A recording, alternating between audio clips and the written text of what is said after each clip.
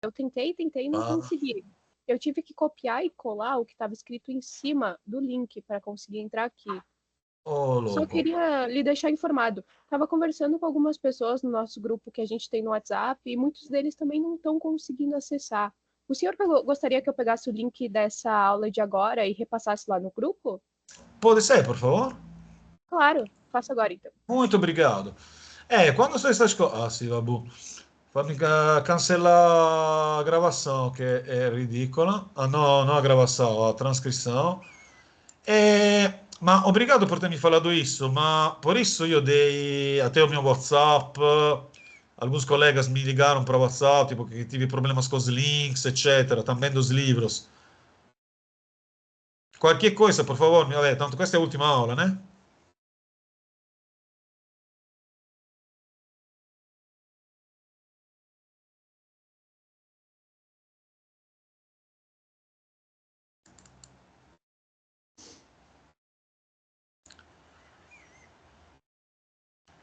Allora.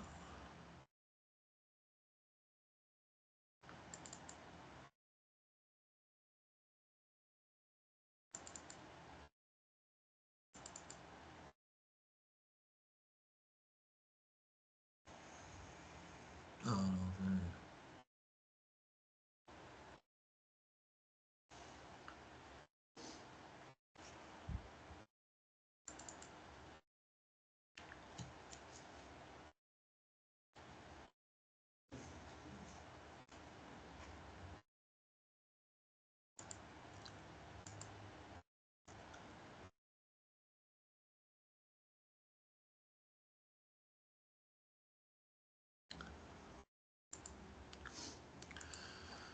então, hoje querem resumo dos conteúdos ou Scotus?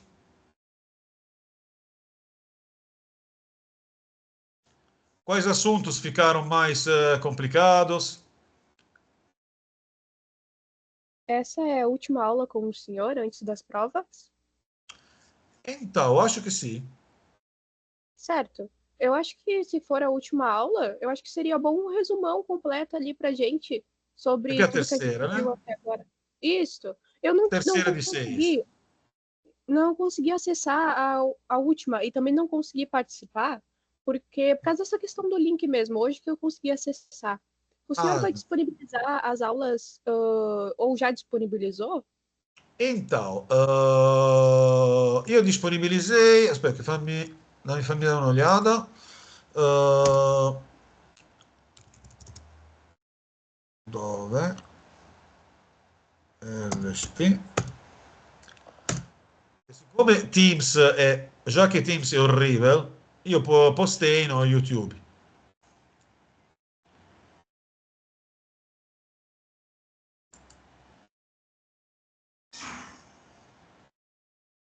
Tá certo, então, professor. Allora, storia della filosofia medievale. Che poi la cosa mais engraçada è che nós temos 3 aulas de filosofia medieval e tem 6 aulas sobre a filosofia moderna che non sta aparecendo ninguém praticamente.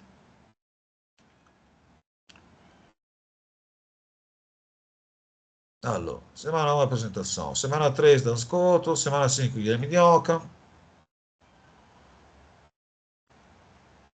Mas acho que vamos ter mais uma aula, né?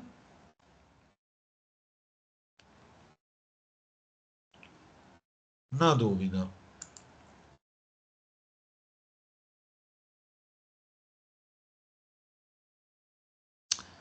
Allora, gravação da semana 1 é disponível. Você não conseguiu acessar nem a gravação da semana 1?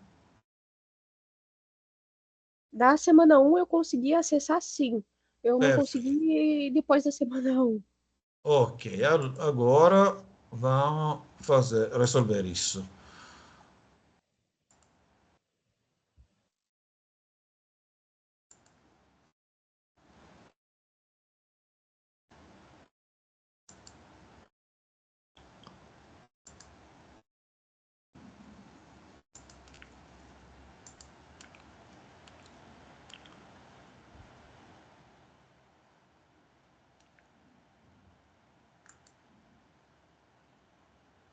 Allora, 13 di settembre, né?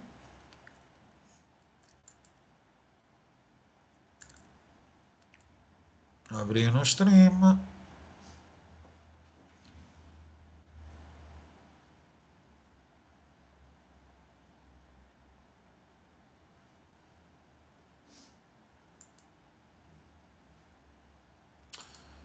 Allora.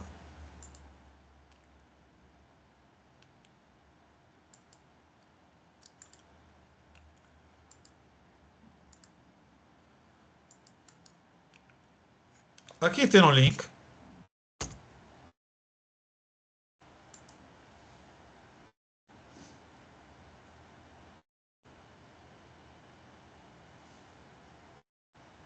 Ah, sì, vabbè, as permissões, delírio. Peraí, vou postar, perché sta no Teams, ma è un delirio, então vou postar no YouTube e posto o link do YouTube, come fiz com o outro, tá?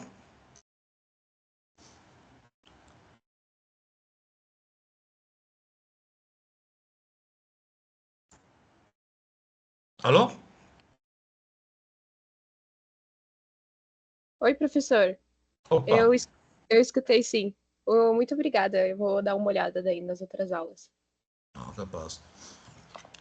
Che poi è altra aula e io também chegou una vostra collega lì come si fa, eh, na presencial e são todos convidados sempre na presencial, viu? Sei que em muitos casos alguns não estão longe de São Leopoldo, etc. Ah, aqui partiu a minha voz que fala sempre a mesma coisa contra Teams.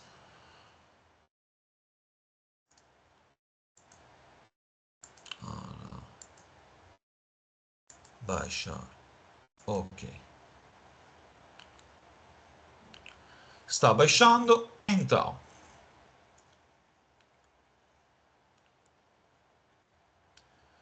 Direi che podemos dare un'occhiata a filosofia medieval, cioè a filosofia moral, e depois a resumo dos conteúdos. Que tal?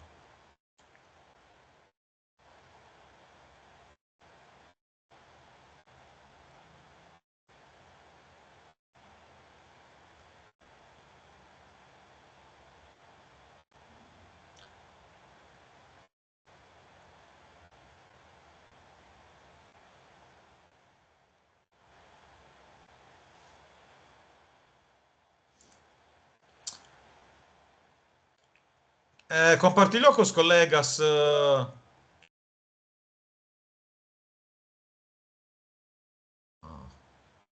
Continua baixando. Allora, vamos ver. Filosofia moral e um resumão. Eu compartilhei sim o link ali no grupo. Tudo Ok, certo. obrigado. Senza libertà.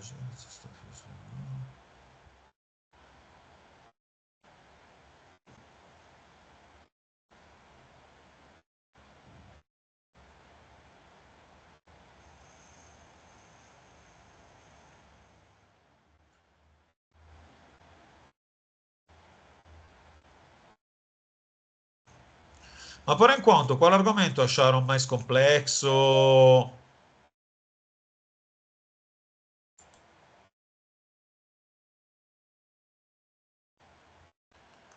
Eu, pessoalmente, acho que medieval mereceria muito mais tempo, muito mais horas, muito mais aulas.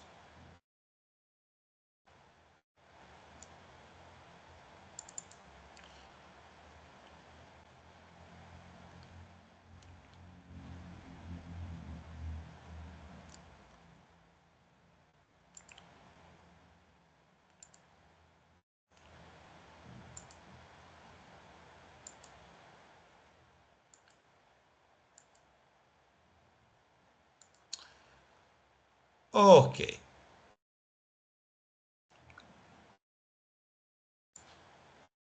Então, primariamente, a etica di Sant'Agostino.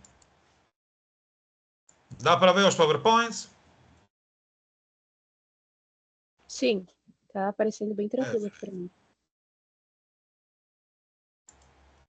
Non sto capendo niente. La sto baixando ainda.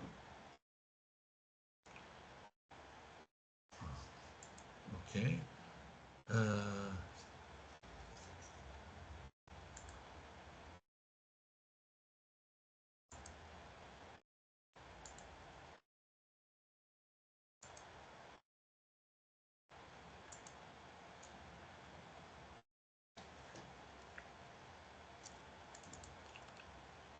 Então, qual é a ideia?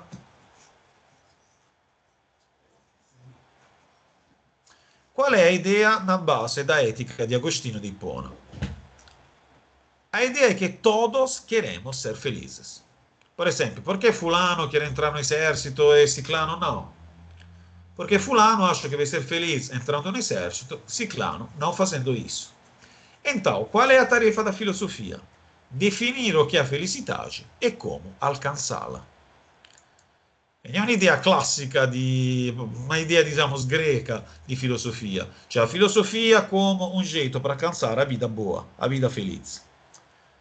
Que é a ética ou a filosofia moral? A investigação do bem supremo. Bem buscado em vista de si mesmo e não para um fim. Que significa? Por exemplo, nós buscamos grana por si mesma ou porque nos serve para fazer alguma coisa? Cioè, per esempio, vocês gostam de grana pela grana ou porque para comprar coisas, sei lá? Eu gosto da grana porque hoje em dia não dá para sobreviver sem ela, infelizmente, né? Exatamente. Então, não ter grana é o mesmo que não É sobreviver hoje terrível. em dia. Como fala minha mamma, é melhor chorar à beira de uma piscina que chorar numa maluca. Mas a grana é para fazer coisas, não é para ter a grana, cioè non è a grana pela grana. Qual era o erro dos pagãos, segundo Sant'Agostinho? Achar que a felicidade fosse possível pelos seres humanos nessa terra e pensar que ser virtuosos, quindi ter as virtudes, seja suficiente para ser felizes. Agostinho é cristão e acha que as virtudes sozinhas não são suficientes para garantir a felicidade. Segundo Agostinho, a felicidade verdadeira é só possível depois da morte, na visão beatífica de Deus. Concordam, discordam? Concordam em parte, tipo que a felicidade é impossível e não existe Deus?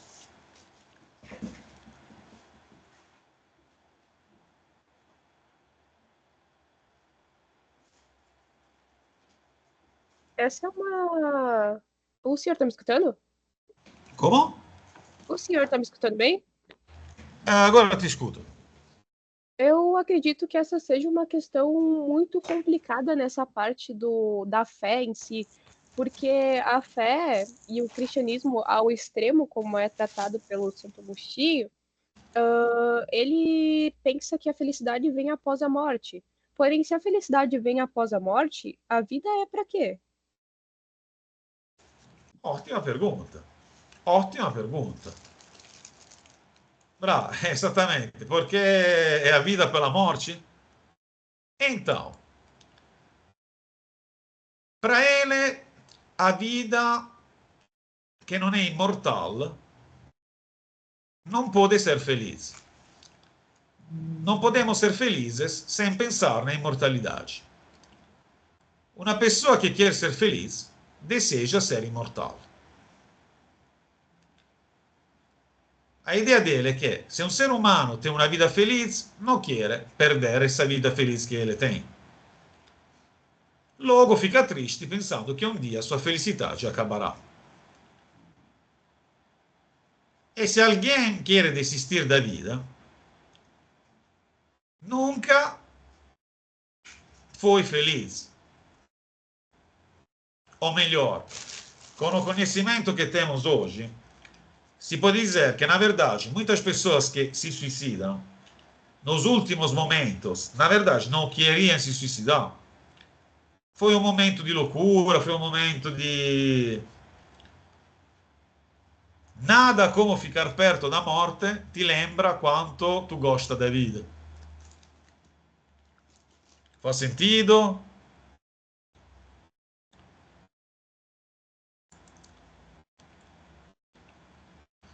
E ele fala: só o pensamento é uma doutrina que ti garante a imortalidade, é uma doutrina que ti pode garantire a felicidade. Perché? Una dottrina che ti fala che depois da morte non tem nada è una dottrina angustiante, è una dottrina che nunca ti farà alcançar a felicidade.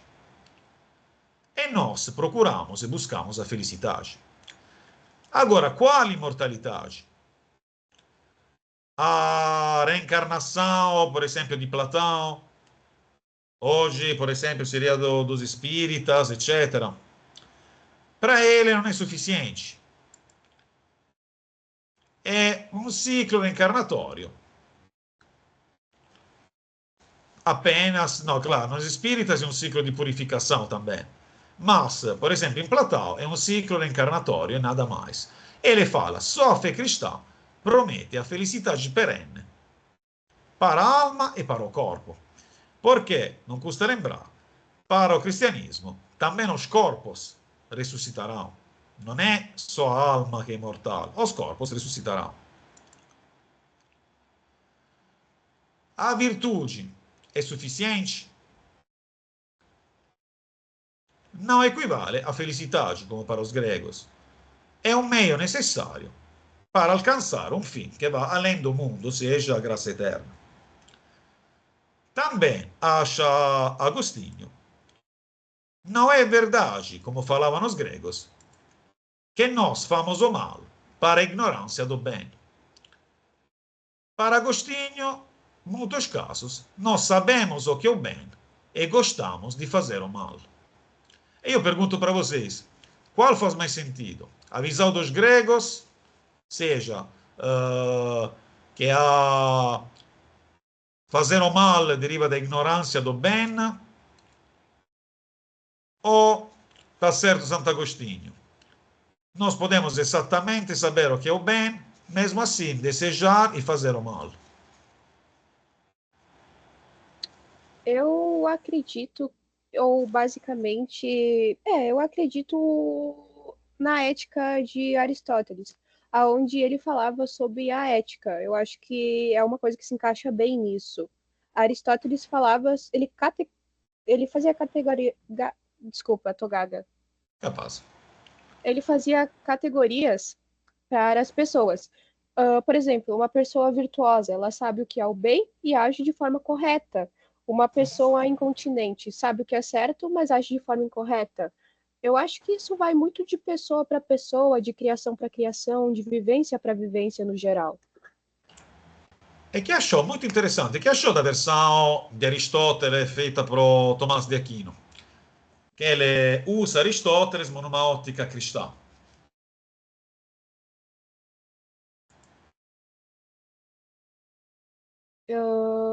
Chegou a Eu, ler ou... eu não li, professor, me desculpe. Hoje vamos falar. Então, ma qual é a diferença? Para Aristóteles também era um problema da acrasia. Como é que a gente faz, sabe o bem, e às vezes não consegue? Para Agostinho, porque o bem nós só conseguimos fazê-lo graças à graça divina. Todos somos pecadores, mas nem tudo o que fazemos é pecaminoso. As verdadeiras virtudes importantes são a fé, a esperança e a caridade. Aqui é Agostinho muito mais teológico do que filósofo. Ele fala: sem cristianismo não se pode ter verdadeiro amor a Deus, logo não se pode ter verdadeira felicidade. Até o ponto que ele fala que as virtudes dos pagãos, dos heróis clássicos, dos filósofos clássicos, são esplêndidos vícios. Aristóteles pode ter feito uma coisa boa, ma no massimo irá num inferno meno ruim, porque só o cristianismo salva. E aí os 10 mandamentos, e ele focou nos 3 mandamentos. Não matarás, não cometerás adultério, não prestarás falso testemunho contra teu próximo. Para ele, não matarás. É só para os homens, não inclui os seres humanos. Não exclui a pena de morte.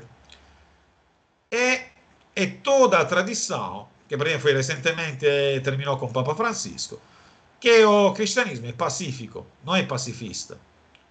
A guerra é um mal, mas para prevenir um mal maior pode ser feita. O suicídio é sempre errado. Adultério.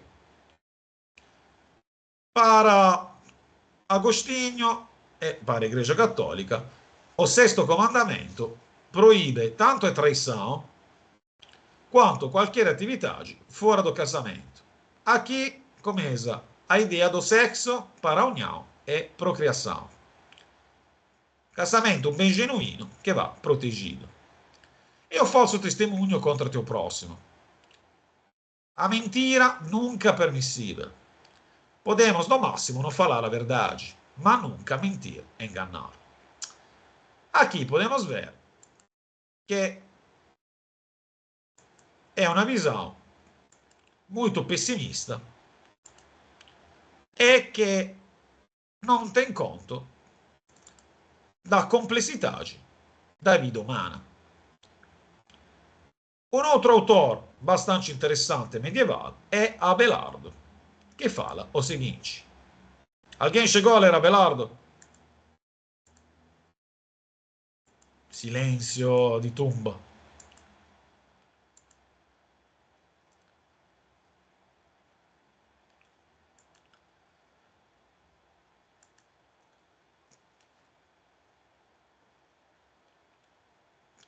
Para Abelardo, che fez una pessima fine, Abelardo e Luisa, alguém sabe di che sto falando? Abelardo era professor particular de Heloísa, dai aula hoje, dai aula amanhã. Os dois começaram a namorar. Os pais de Heloísa não gostaram disso e castraram o coitado do Abelardo.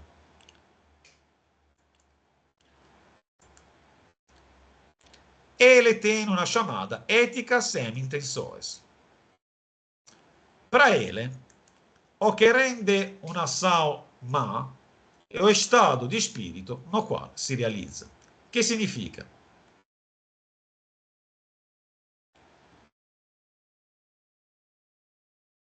Pode fazer uma coisa boa por intenções ruins. Pode ir para a igreja só para mostrar às pessoas quanto tu é santo, quanto tu é bom. E nesse caso, ir para a igreja é errado. Ou pode fazer uma ação ruim, tipo matar, com uma justa intenção, por exemplo, a defesa própria. Então, o que rende uma ação ruim ou boa é a intenção. O pecado não está em querer, mas está na intenção. Faz sentido essa coisa para vocês?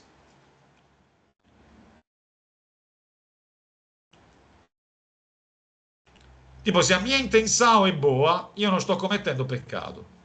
Mesmo se estou fazendo uma ação ruim.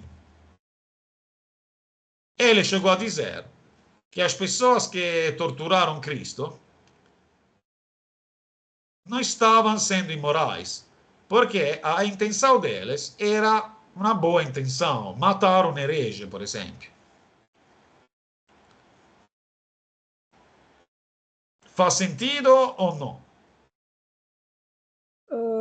Eu acredito que não faz sentido, porque eu acho que o que diferencia de uma ação boa ou de algo bom é o quão isso vai causar mal a outra pessoa. Tirar uma vida não dá para se pôr assim de forma como ele se pôs, sabe? Eu estava com uma intenção boa, Talvez mas Hitler tinha uma ótima intenção, por exemplo. Cioè, o Stalin o qualche ditador sangrento desse mundo, cioè, a minha intenção Exatamente. era boa, cioè, Eu acredito que uma intenção não pode justificar isso. Eu acredito que uma boa ação ou algo assim que não puxe mais para o teu lado, mas que também pense no próximo. Uma boa ação ou algo bom vem do. Ih, me perdi agora, perdi o que eu estava falando, porque eu li o que a menina escreveu no chat.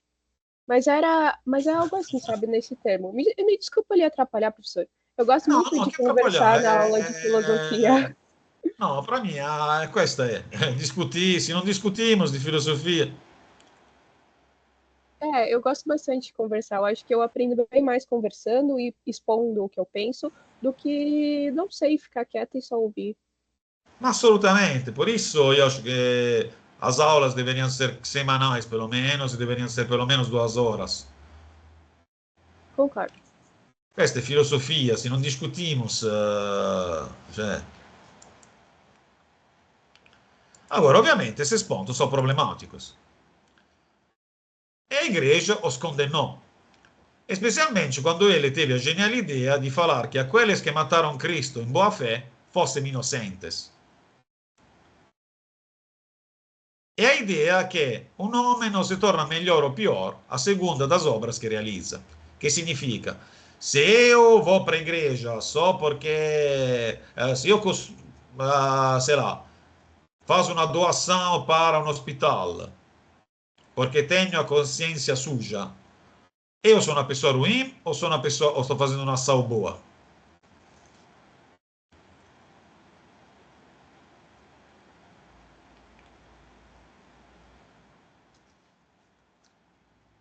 Abelardo deixa isso em suspenso.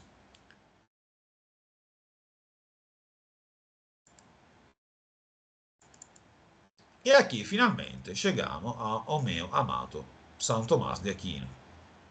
Não quero influenciar ninguém de vocês, mas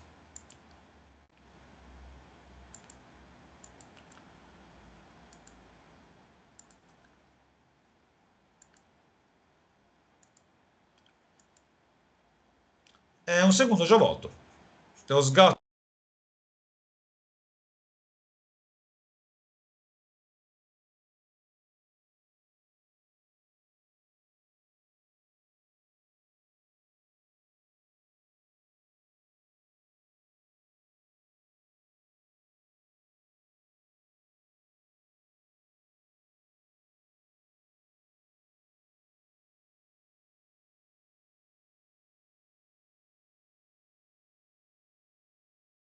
Minha mãe nem ia fazer comida, fazer, porque eu te amo. Meu bom, a gente vai assistência.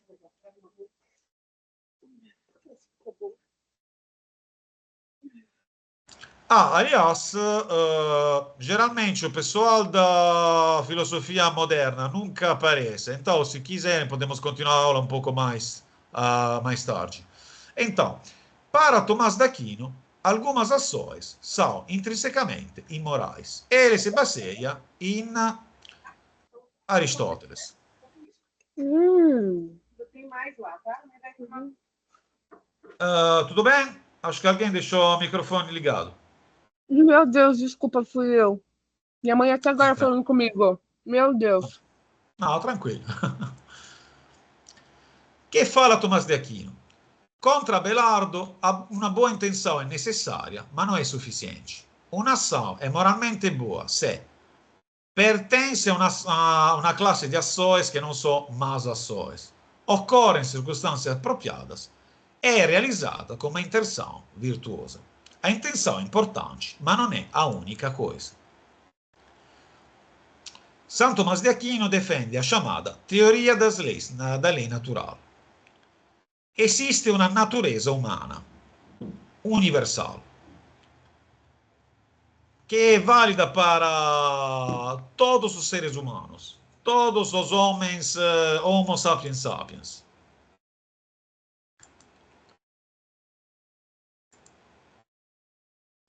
Aquino versus Aristóteles. Para Aristóteles, a felicidade é possível nessa terra. Para Aquino, não. Os seres humanos só poderão ser perfeitamente felizes quando vão partilhar do divino. E por isso necessitam da graça divina. Também, Tomás de Aquino fala do livre-arbítrio, que era algo sobre o qual Aristóteles era meio cético. Para Aristóteles e para Tomás de Aquino, o homem é um animal racional, é um animal político. Que significa animal político? Um militante político? Não, um animal que precisa viver em sociedade. Então, para saber quais ações são más ou quais ações são boas, nós temos que pensar na seguinte questão: o que representa o bem de um animal racional e de um animal político?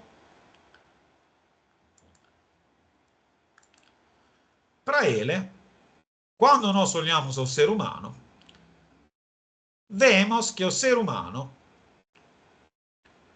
precisa desses 4 bens básicos: vida, procriação, conhecimento e sociabilidade. Tudo que vai contra a vida, a procriação, o conhecimento e a sociabilidade é mau, ruim. Tudo que é em prol da vida, da procriação, do conhecimento e da sociabilidade é bom. Vamos ver por quê. A vida. Ele fala da vida umana. Para ele, a vida umana tem um valor intrínseco e deve ser preservada. Portanto, temos que proteger a nossa vida, a nossa saúde e também a vida das outras pessoas. Temos a obrigação moral de cuidar da nossa saúde e daquela dos outros. É por isso que a Igreja Católica e a maioria das confissões cristãs são contra o suicídio assistido, o aborto e o assassinato. Qualquer tomada intencional da vida umana, inocente, no sentido técnico, que não faz mal a ninguém, é errada.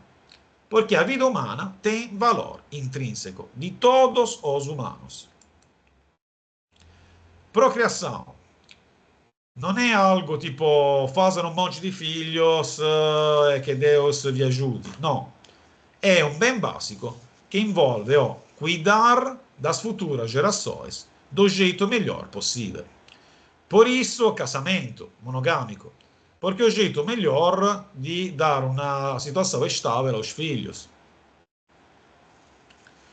Prover para a educação dos filhos, criar os filhos num ambiente seguro, estável, etc. São ações boas. Tudo que destrói esse bem, tipo o adultério, a poligamia ou a poliandria, são ações moralmente erradas. A vida e a procriação são bens que temos em comum com os animais, mas nós somos animais racionais.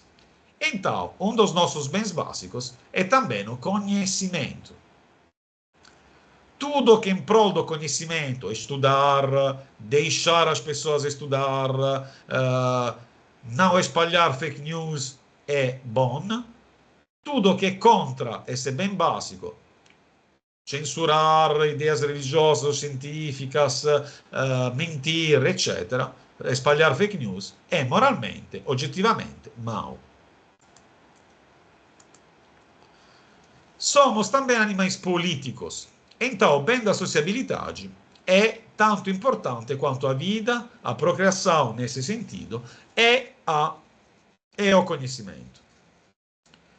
Amizade, casamento, sociedade civil são todas coisas valiosas que devem ser perseguidas e promovidas.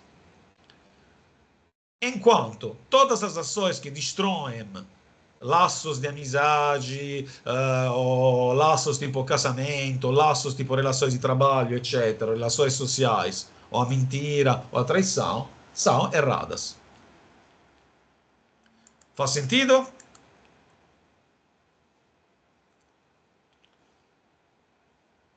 Enquanto pensam, io vou pegar o gatto e eu vou fechar porque mi sta atrapalhando.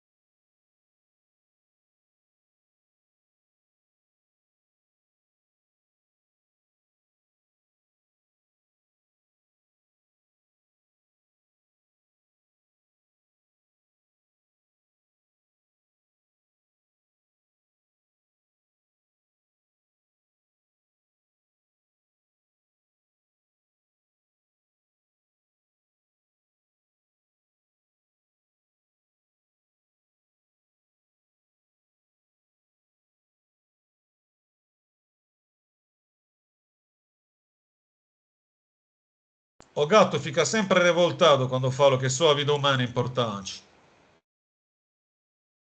Então, até agora, uma pergunta que gostaria de fazer.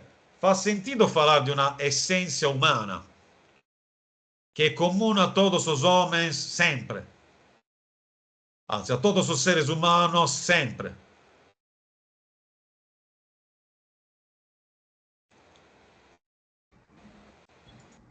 Eu acredito que talvez não só os seres humanos, porque o ser humano não é o centro do ecossistema.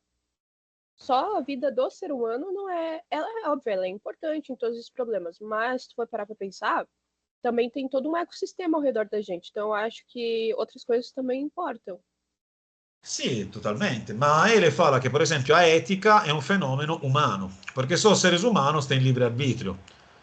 Cioè, il mio gatto non è immoral quando mi sta andando sopra il computatore in quanto io do aula para vocês. O è?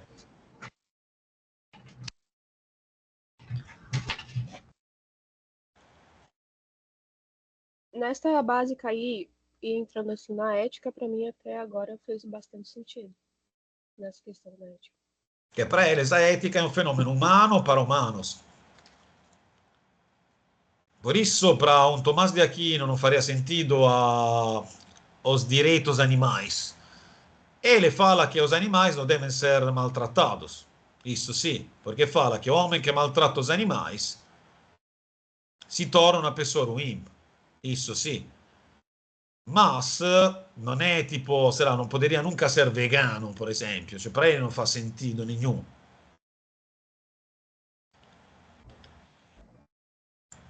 Cioè, pode até ser, ma non stai violando un ben básico, digamos.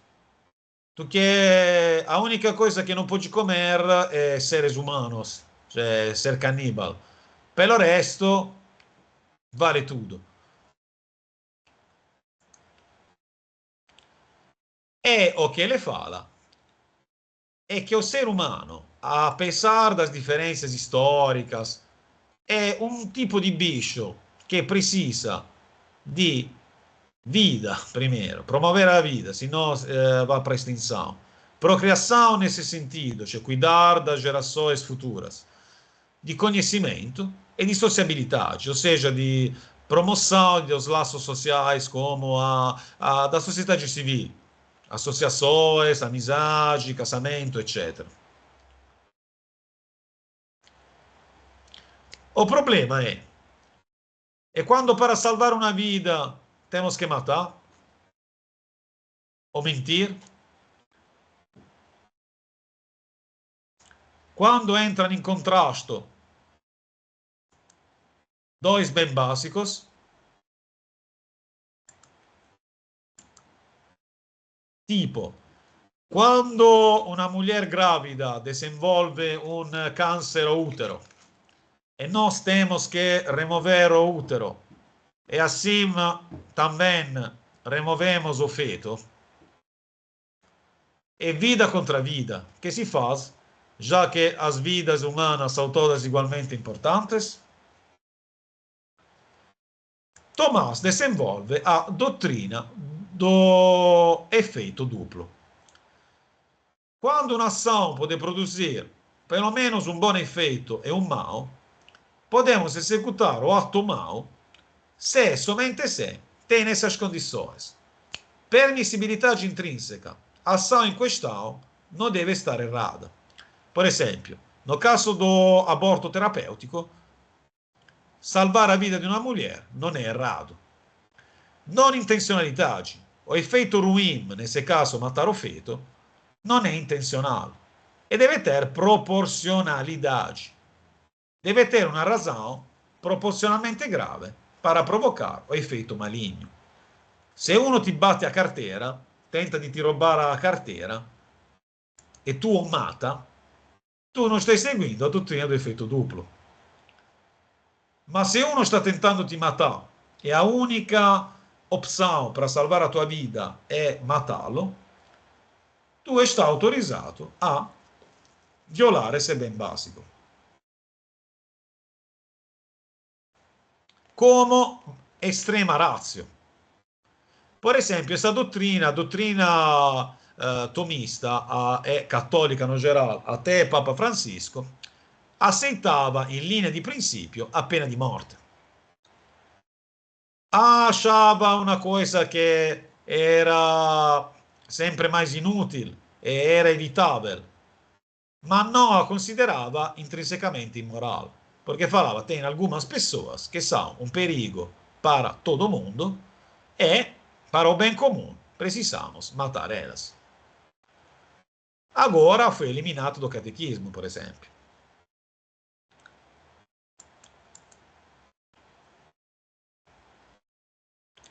Agora, un'ação ruim è un'ação que viola diretamente conhecimento, sociabilidade, procriação e a vida umana e non può essere giustificata pelo princípio do effetto duplo. Per esempio, o aborto è considerato immoral. Perché è considerato immoral, secondo questa dottrina?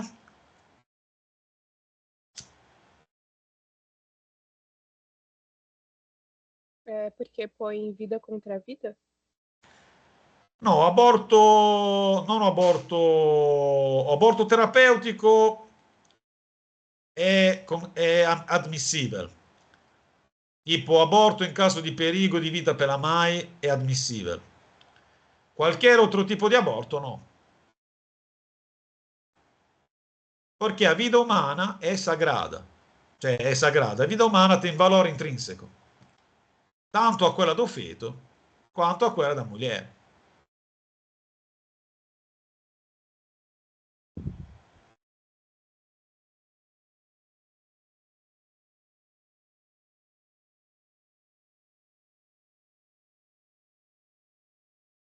O valore o, digamos, o diritto a proprietà non è assoluto, per esempio, in questa dottrina.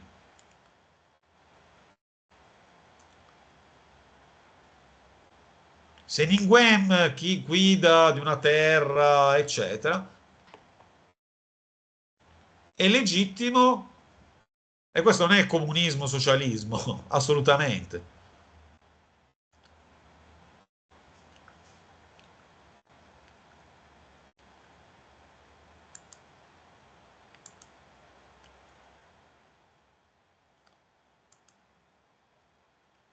Então, o que acham dessa doutrina? Funciona, não funciona? É problemática?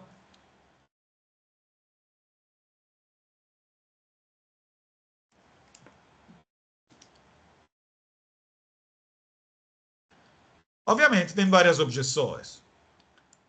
A clássica è o dilemma do bonde. Un bonde sta fuori di controle in una estrada. Em seu caminho tem 5 pessoas amarradas. Nós temos a chance de mudar o rumo do trem e matar ou 5 pessoas ou matar uma pessoa. Qual é a coisa mais racional e moral a se fazer?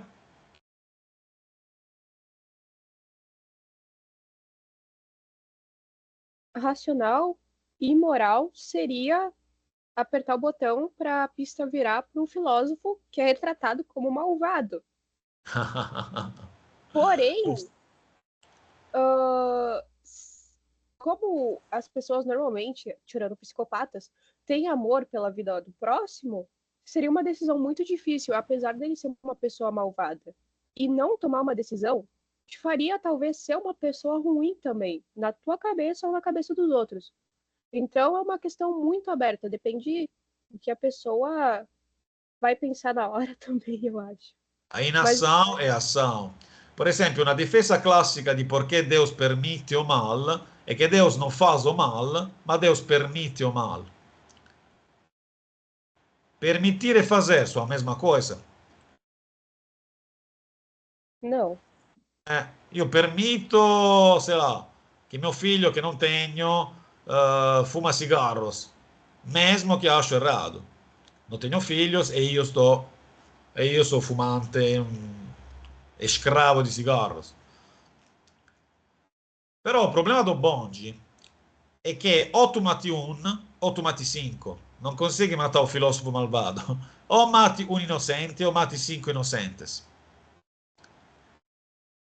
A doutrina, a teoria da lei natural, parece que não sabe como lidar com esses casos. Porque toda vida è intrinsecamente valiosa. Quella di 5 e quella di 1.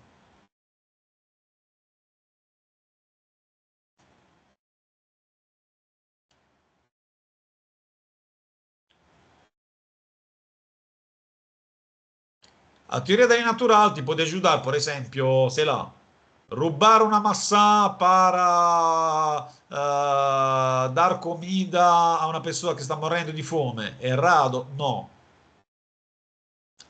Roubar do SUS para comprar una mansão. Errado? Sì. Nesse tipo de coisas pode te ajudar. Mas nesses dilemas muito fortes, tipo no período do Covid, damos oxigênio para o jovem ou para o velhinho? Os médicos se encontravam a fazer essas decisões.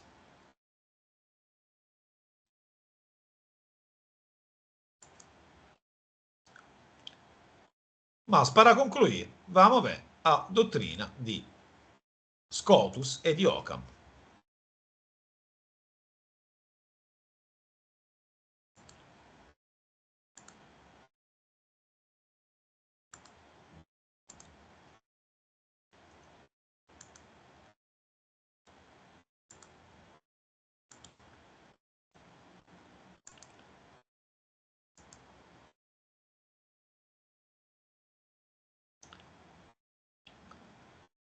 Para Scotus, nós temos uma tendência natural a buscar a felicidade, mas também a buscar a justiça. Felicidade e justiça não sempre são a mesma coisa. Podem entrar em conflito. E a liberdade humana consiste em mediar entre o nosso desejo de ser felizes e o nosso desejo de ser justos. Para Scotus, a differenza di Platão, Aristóteles e Aquino,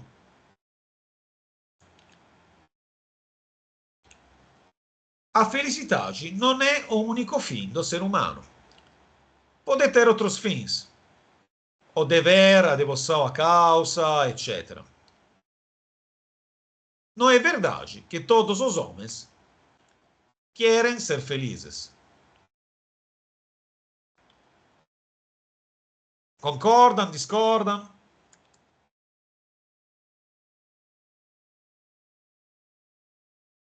Para Tomás, a liberdade é a habilidade de escolher entre vários meios para alcançar a felicidade. Quando io commetto un peccato è perché acho che a quella ação errada mi renderà felice. Para Scotus non è bene assim.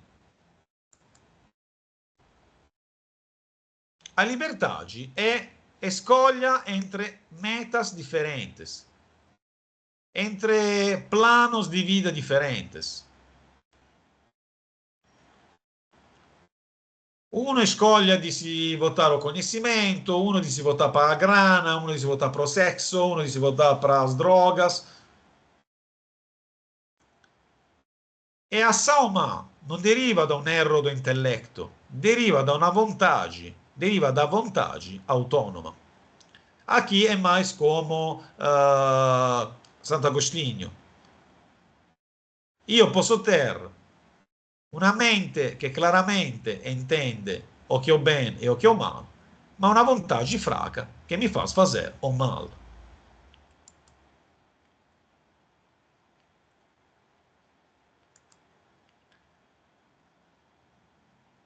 Aliás, para Tomás de Aquino, os 10 mandamentos são todos racionais e necessários. Para Scotus, não. Honrar o pai e a mãe, não matar, não pecar contra a castidade, não furtar, etc. Não são necessários. Deus poderia ter promulgado outros mandamentos. Os únicos mandamentos necessariamente, logicamente necessários, são os primeiros três, os que falam de Deus. Honrar pai e mãe, não matar, etc. São vinculantes porque Deus falou assim. Se Deus tivesse falado de não honrar o pai e a mãe, a gente não deveria honrar o pai e a mãe. Para Scotus, nós, sozinhos, não podemos entender que há algo errado. Precisamos do ajuda divino. E Occam pegou esse assunto e o desenvolveu.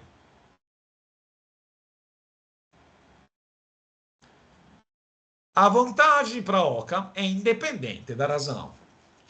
Nós podemos saber que há algo errado e desejá-lo.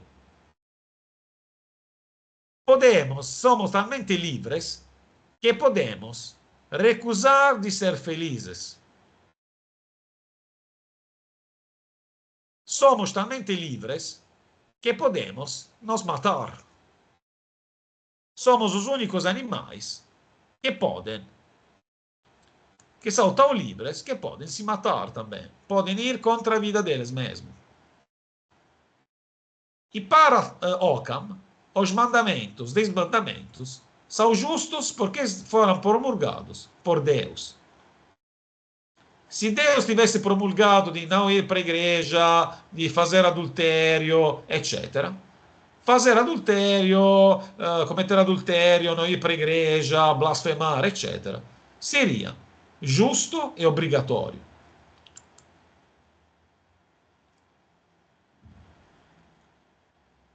Então, temos essas distinções na ética medieval. Para Tomás de Aquino, a ética deriva da natureza humana e pode ser conhecida pelos seres humanos. A razão e os desmandamentos não se contradizem, se complementam. Para Scotus, e especialmente para Occam, a razão pode dizer tudo e o contrário de tudo.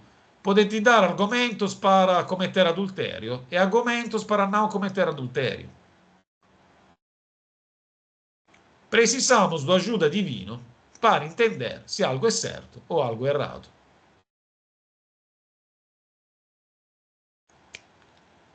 Deu para entender e o que acham disso?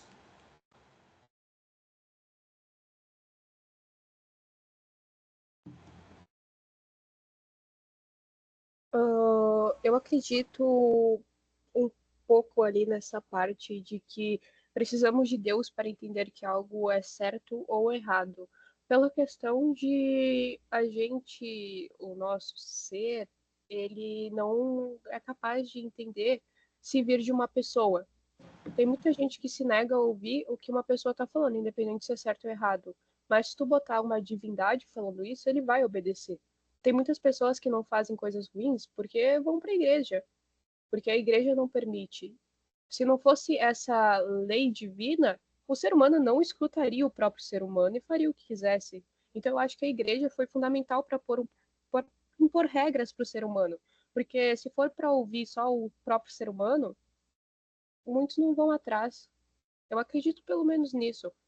Interessante. Questa è l'idea che, per esempio, já os gregos tinham, alguns gregos, tipo, a religião é criada para fazer as pessoas coisas razoáveis que eles não fariam, senão por medo. A religião como meio de controllo social, praticamente. Positivo também.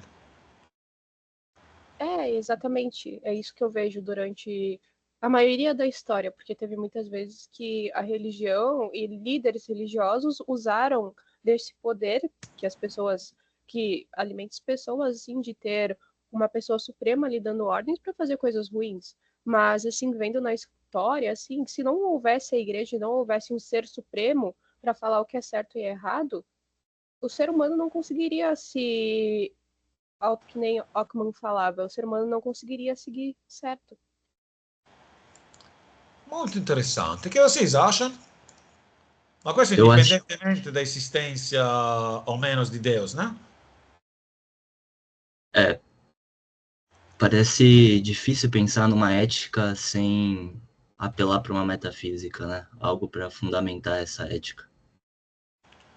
A metafisica tem também Tomás de Aquino, né? A essência do ser humano. Sim.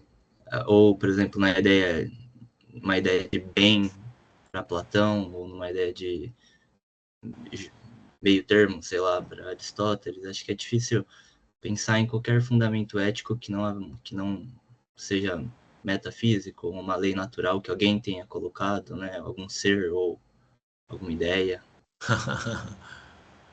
Scusa, sto lindo perché Nietzsche staria si revirando. Ma Nietzsche morreu abraçado a um cavalo. Então, in Turino, aliás. Você gosta di Nietzsche, Gisele?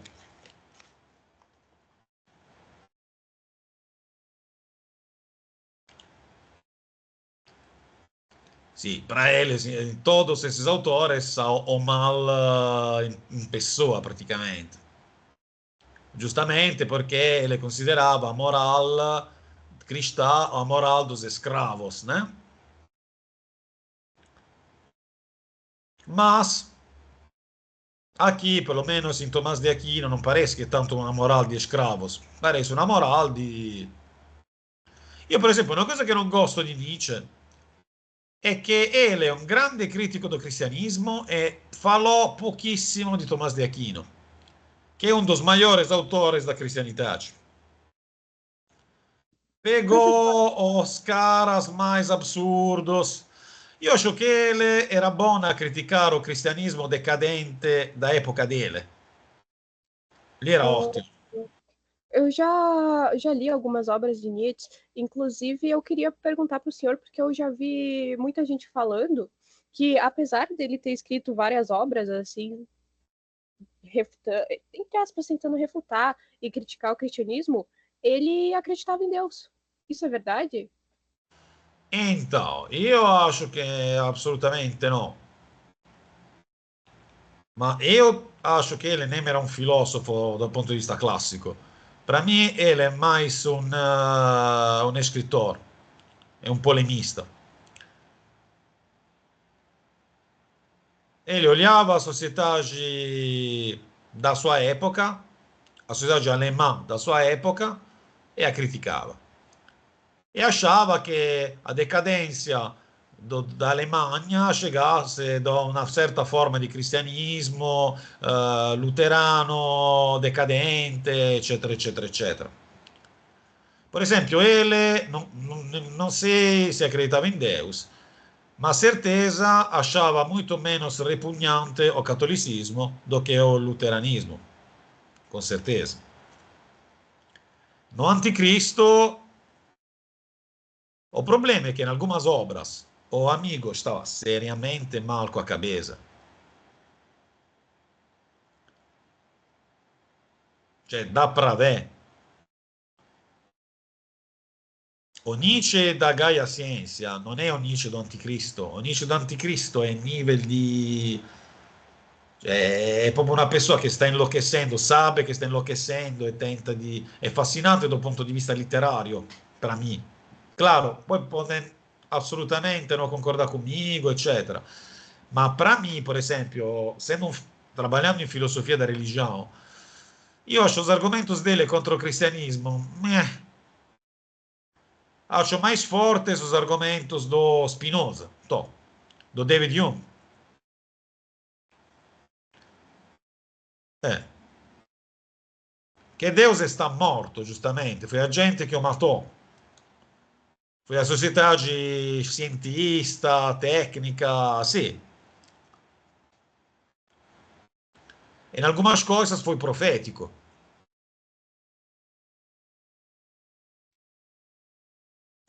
Ma se tu pega o Zarathustra, para mim, leram aqui alguém leu o Zarathustra? è un poema, non è un testo di filosofia. Poi se là, io sono un filosofo da tradizione analitica, per me se non è argomento, risponde. Cioè. Então,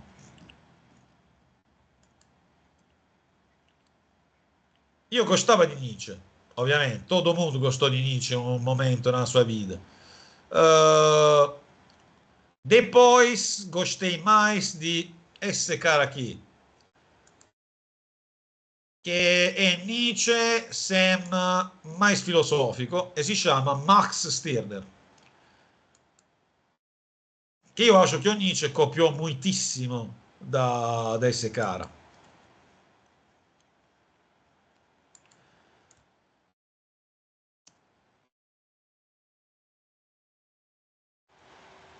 Nem sei se foi traduzido in português. È un libro classico, è un classico do anarchismo individualista. Si chiama Unico e sua proprietà. E è un cara che è contra tutto, è contro il socialismo, e fa che l'unica verdadeira realidade è o individuo. Foi o primeiro anarco-individualista, digamos. Sì, è molto interessante studiare ele também, in un corso di moderna. È una specie di kantiano estremista. Mas vamos fazer o nosso bel resumo.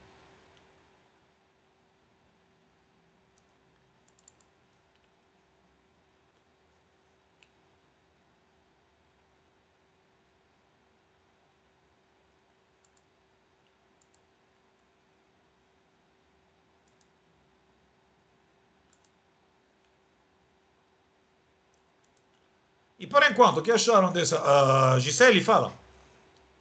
Oi, tudo bem? Boa noite a Opa, tudo todos. bom? Professor, nos conta um pouquinho sobre a excomunhão de Spinoza, ou é fugir muito do tema?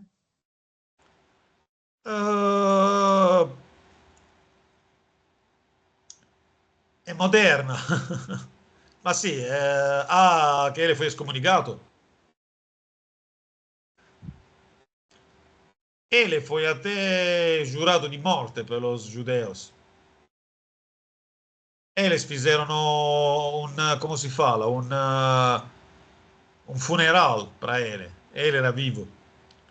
Proprio della serie tu non pertence mais à nossa comunidade. Tentaram de matá-lo várias vezes. Porque ele difundiu, por exemplo, o conhecimento do hebraico, das escrituras, etc. Porque ele negava a existência, o Deus dele era a natureza. Deus sive natura, né? E isso era assolutamente inaceitável, tanto para os judeus quanto para os cristãos. Só podia viver tranquilamente in Amsterdã, porque Amsterdã era um lugar, sempre foi um lugar bastante tolerante. Vocês sabem que em Amsterdã, por exemplo, tem a legalização das drogas e da prostituição. Todos os livros controversos eram publicados in Amsterdã. E cosa quer saber di Spinoza?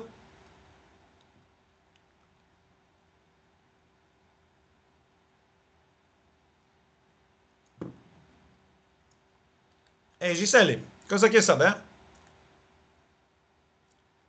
Oi? Como?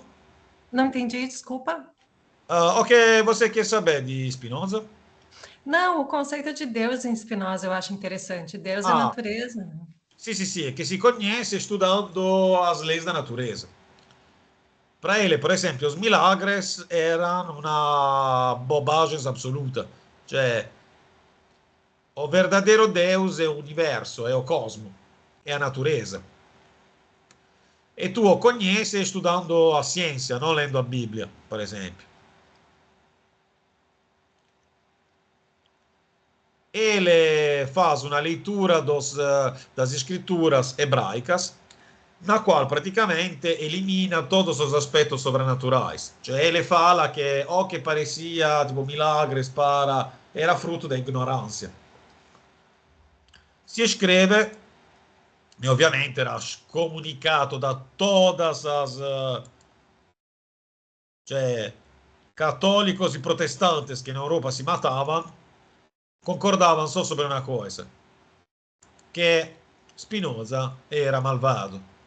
E Spinoza influenzò moltissimo Nietzsche.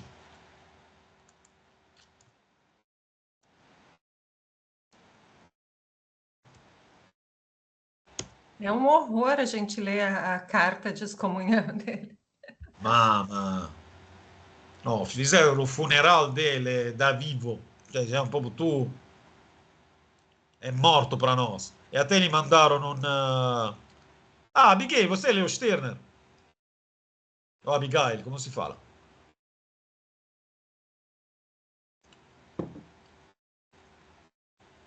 È molto complicato perché ele è talmente anarchista che também as regras di grammatica ele non gosta, fa una cosa dele. Mas è un Kant estremista. Comunque, vamos fazer un resumasso. Então, Santo Anselmo è argomento ontologico. È un argomento a priori. È un argomento logico-ontologico. Pensamos em Deus como não existente, ou não estamos pensando em Deus, ou estamos nos contradizendo. Por quê? Pensar em Deus como algo do que nada maior pode ser pensado, significa já pensá-lo como existente.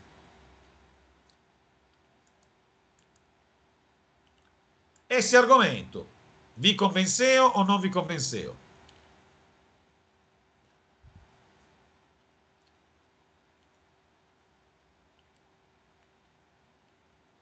Podem falar, non do una nota ruim se non vi convenceu, eh? È pura logica. O seja, funziona logicamente, ma non funziona ontologicamente, tipo metafisicamente, è isso?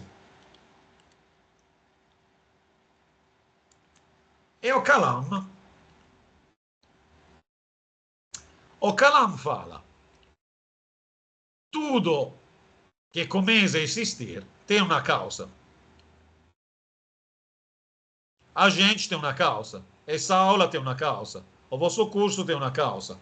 O mundo tem uma causa. A gente sabe, o Big Bang, por esempio, che o mondo non è eterno. Se algo começou a existir, ele tem uma causa. O universo começou a existir. O universo tem uma causa. Essa causa poderia ser material? No, perché si pode falar di materia só quando o universo começa a existir. Essa causa poderia ser temporal? No, perché si pode falar di tempo só depois que o universo existir. Poderia ser un evento natural? No, perché eventos naturais só existem depois que existe a natureza. Então, se não foi um evento natural, foi uma ação dirigida e feita por un ser dotato di intelligenza e vontade. Então, é racional acreditar que a causa do universo é um ser imaterial, atemporal, dotato di intelligenza e vontade. Esse argomento fa sentido, non fa sentido?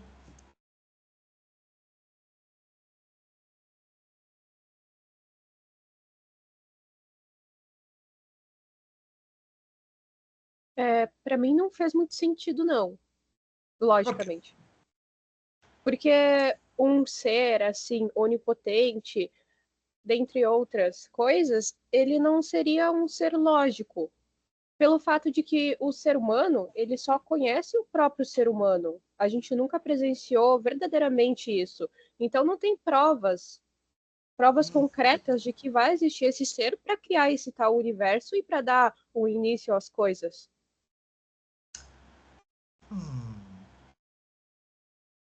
Ma che tem una causa fa sentito, perché ele fala tudo tem uma causa. Sim, isso eu acredito, que tudo tem uma causa. Só não que seja um ser onipotente, assim, lógica, seguindo a lógica, que precisa de argumento e essas coisas assim. Ma ele tenta di ser logico, perché dice, non per dire che tem che comprare argomento, né? Mas ele fala, como poderia ser essa causa? Material, não, porque a matéria não existia antes da criação do universo, né? Temporal, não, porque o tempo só si pode falar depois da criação do universo. Poderia ser um evento natural? Não, porque de natureza não se pode falar antes da criação do universo. Então ele fala, por exclusão, tem um ser imaterial, atemporal, dotato di intelligenza e vontade. Pode ser Allah, pode ser o grande arquiteto do universo dos maçons, pode ser o grande motor imóvel de Aristóteles. Deve ser necessariamente o Deus cristão ou Deus teísta.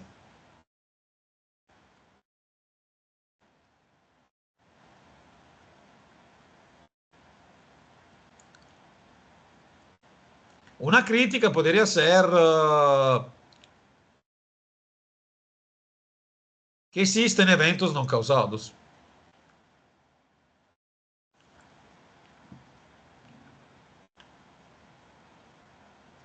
Ou que o universo existe desde sempre.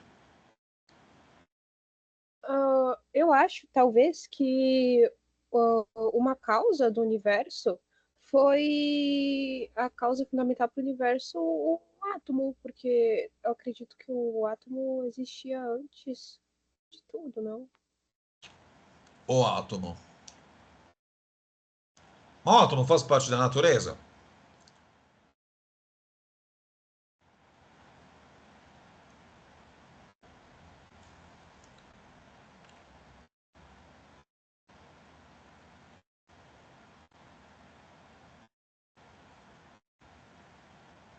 Já os gregos conheciam o átomo. Por exemplo, para os gregos, ma non è che todo mundo comprava esse argumento, eh? Até Tomás de Aquino achava que era tão plausível pensar que o mundo era eterno, tanto plausível que o mundo foi criado. E ele falava, per fé, eu compro a idea che foi criado.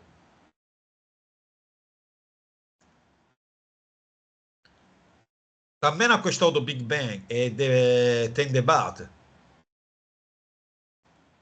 Isso, o Big Bang tem bastante debate, mas nas últimas pesquisas feitas foi divulgado bastante coisa falando que a teoria do Big Bang não é 100% certa, que ela não pode estar errada. Infatti io non gosto molto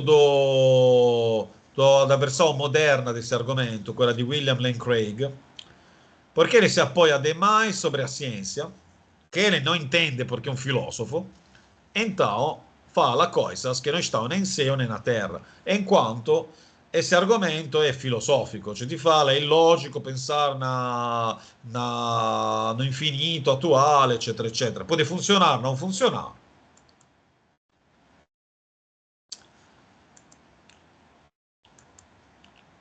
Se, por esempio, a gente fizesse io l'anno presencial geralmente faccio fare una presentazione e un artigo. Por o grau A e o grau B.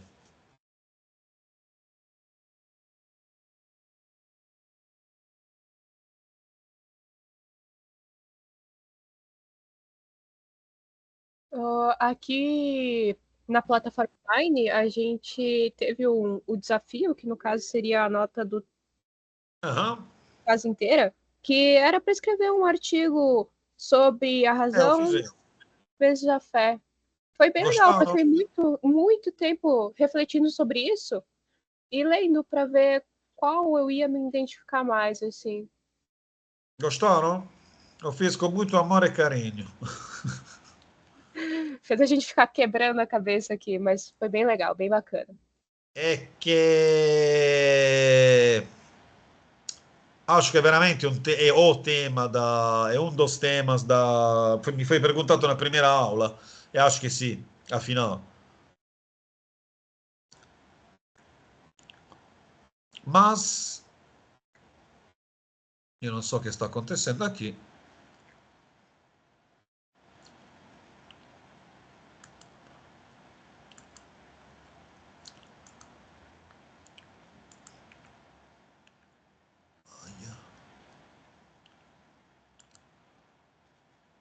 Ok. A primeira via. Vabbè, entes materiais, ato più potência. A mudança é a passagem da potência ao ato. Tudo que muda é mudado por um outro. Essa série causal não pode ser infinita, porque senão não existiria nada. Então tem que chegar em um ato puro, que muda sem ser mudado, imaterial, onipotente, onisciente, etc. Poi tem um argumento do Scoto, que estabelece a existência de um ser necessário, ma fala que a verdadeira ciência que ti pode falar de Deus é a teologia, não a filosofia. Para muitos, entre os quais eu, Scoto era bem melhor como teólogo do que como filosofo. Mesmo che o argomento dei Cetas, io pessoalmente o acho muito interessante. Ele fala que, a diferença de Tomás de Aquino, os entes materiais não são apenas feitos de matéria e forma. Faz parte da forma o que ele chama a eccetas, o che rende Nicola Nicola, Abigail Abigail, eccetera, eccetera, eccetera. Poderia ser, sei lá, o DNA individual de qualcuno di nós.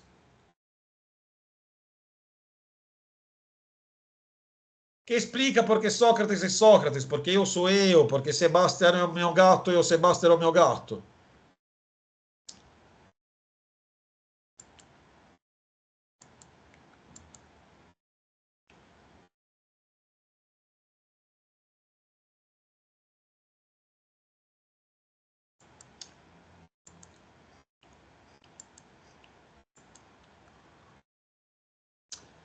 Então, tem perguntas ou coisas que querem mais revisar?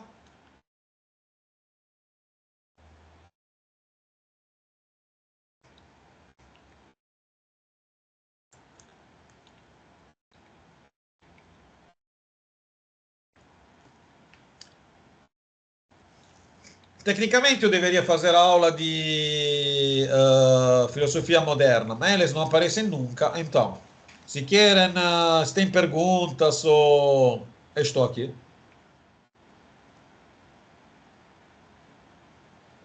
Che è un argomento che non entenderam, querem revisar.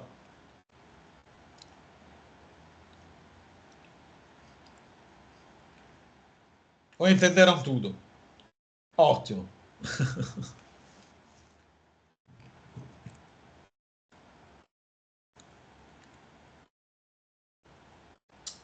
Então, pessoal, muito obrigado. Vou baixar.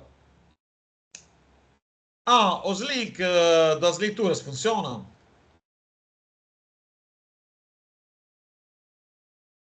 A maioria que eu vi estava indo tudo bem. Teve um, dois que eu não consegui ler, assim, nas últimas que eu estava estudando. E perché? Perché era ruim ou porque não conseguiu baixar? Eu não consegui baixar. Quando eu tentava entrar nele, não ia. Se lembra quais? Que já E me agora passa. não. Mas eu vou dar uma olhada na plataforma e eu posso mandar uma mensagem para o senhor da plataforma? Perfeito. Perfeito. No, poi mi manda pure un WhatsApp che è mais rapido. Aqui vi do mio numero, di nuovo. Tá bom. Aí eu lhe mando lá. Como sempre, todo mundo é convidado a participar também, se essa coisa me interessou e querem aprofundar um pouco, estão perto de São Leopoldo e querem aprofundar, podem vir tranquillamente. Quinta-feira, às 7h30, aula a alguma coisa, a 112, tipo. Mas vou escrever nas mensagens. Ed é isso, meus caros. Eu teria gostado muito mais de ter um pouco mais tempo para falar desses assuntos.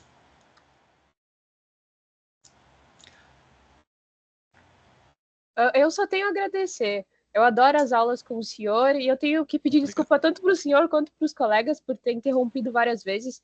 Eu sou uma pessoa que fala bastante, às vezes eu prefiro falar do que ficar em dúvida, mesmo que eu fale algo Allora, muito incorreto. Mas só tenho a a agradecer. idea dessas aulas, guarda, para um professor de filosofia, pelo menos como eu, é a coisa pior é se ver o silêncio e não ver uma pergunta, uma coisa. Cioè, para mim é só gioia. Se tu vê as presenciais, é praticamente. Cioè, io non consigo, poi fisicamente, cioè non sto a fare o one man show, non mi interessa. Cioè, a me interessa essa interação. Porque só assim podemos juntos chegar a um pouco de compreensão desses caras. Eu acho que é assim também. A filosofia, para mim, sempre foi uma coisa que eu aprendi muito mais conversando do que lendo. Apesar que lendo a gente aprende muito também, não querendo falar nada. Mas eu nunca tive muita vergonha assim para falar e conversar. Se eu tenho alguma dúvida, eu gosto de ir lá e falar e conversar mesmo. E se não, estou Só aqui que para fazer o quê? Vale a pena. Faz um vídeo no YouTube é melhor. Talvez com é um cara que verdade. tenha um sotaque mais compreensível do que o meu. Capaz, dá para entender bem. Isso é uma mentira, mas gostei. Espero che dà para entender. Então, veramente io agradeço e spero che Dio, pelo menos para ver que esses medievais não eram um bando de monges malucos que só fanáticos que só pensavam em Deus no senso mais, sei lá, fanatico e literalista, ma che erano praticamente, probabilmente, muito mais racionais do que muitos cristãos de hoje. Cioè, para Sant'Agostinho a evolução não era um problema. Para muitos cristãos de hoje, é.